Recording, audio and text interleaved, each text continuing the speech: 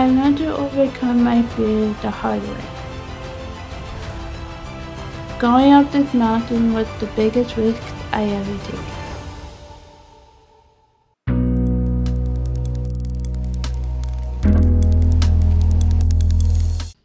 Namaskar. Welcome back to Tantra Thoughts. In this channel, we can help you have a better relationship with yourself and the universe through meditation techniques, tantric wisdom, personal development, and spiritual community. Namaskar. My name is Jennifer. I also go by my spiritual name Jayati, which means victorious in Sanskrit. I started meditating in 2014. I was going into a dark path in my life and mentally. When I was 19 years old, I was sexually assaulted by a family friend.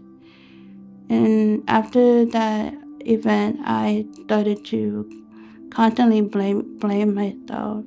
I then tried to drink alcohol because I wanted to erase that memory of that trauma. I soon realized that I was going towards a downward spiral and letting myself fall apart. I then learned meditation from my English professor, Gustavo. I was invited to go on a hike at Old Mountain with the Star Circle in Shenandoah. Old Mountain was probably the most difficult hike I ever been on. And it was really difficult because of the many rocks that we had to go over and how steep it was. I was having trouble balancing myself on the rock, and I kept tripping over myself, over the rock, and bruising my knees and my shins. At the halfway point of the mountain, I sat down with Gustavo and talked to him about the trauma that I went through. And we had a really wonderful talk. And he gave me a really good insight.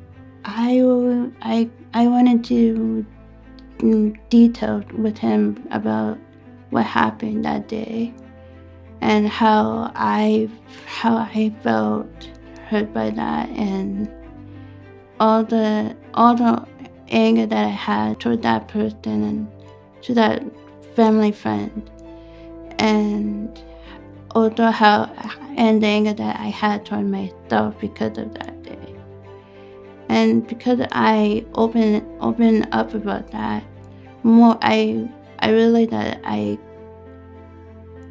was allowing myself to be vulnerable at that point.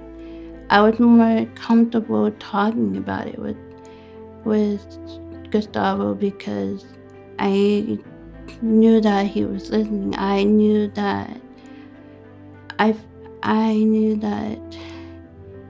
can trust him with that information without him judging me. He said that it's okay to forgive the human behind the action in order to forgive yourself. Because when you're holding on to all that anger toward that person, you're just wasting your energy on holding on to that anger and that fear. He also said you also had to forgive yourself because it wasn't your fault. It wasn't my fault that it happened. You said to remember that you are the daughter of the Supreme. You will never be alone. You're always gonna have a community with you. You will also always have Supreme consciousness with you.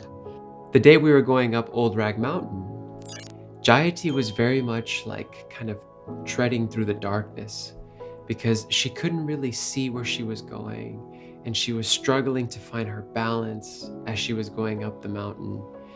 And so it was a big test of perseverance for her. I kept pushing myself to go to the top of the mountain, even when I kept tripping over the rock and hurting my knees and my shin. I was getting so frustrated at that point because I felt like I was not holding back, but slowing down my group. Yet I felt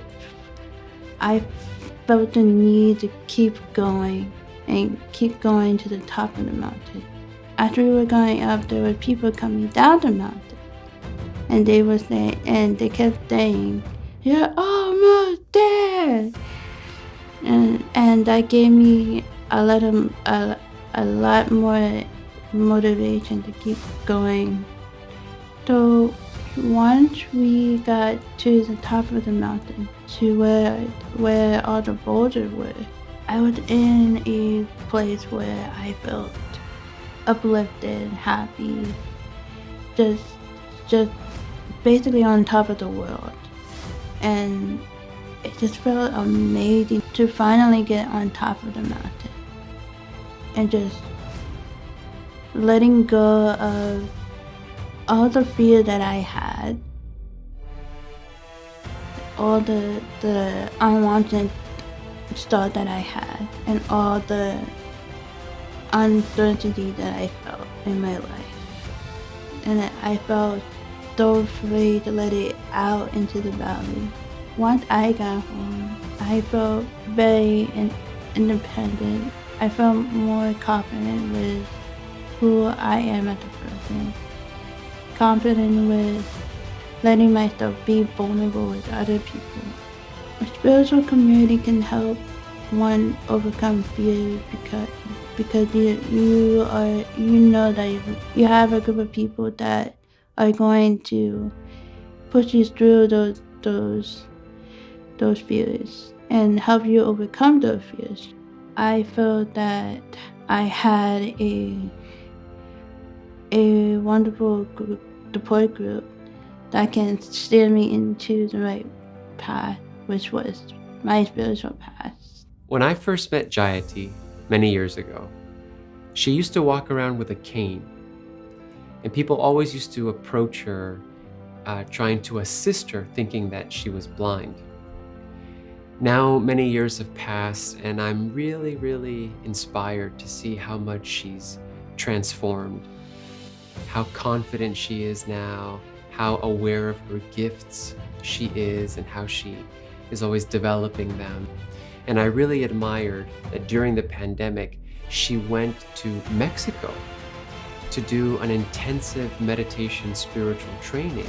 If I hadn't gone on this hike, I wouldn't have gone to Mexico because I would have been scared of just trying things, trying to go to Mexico on my own. Do you want to see how a criminal can not only completely transform their life, but also teach you the essence of Tantric meditation and the 8 limbs of Ashtanga Yoga? Click right over there to watch our video, have a deeper understanding of Tantric meditation from a criminal, and learn all about the story of Andaka and Mahendra. I'll see you in the video. Namaskar.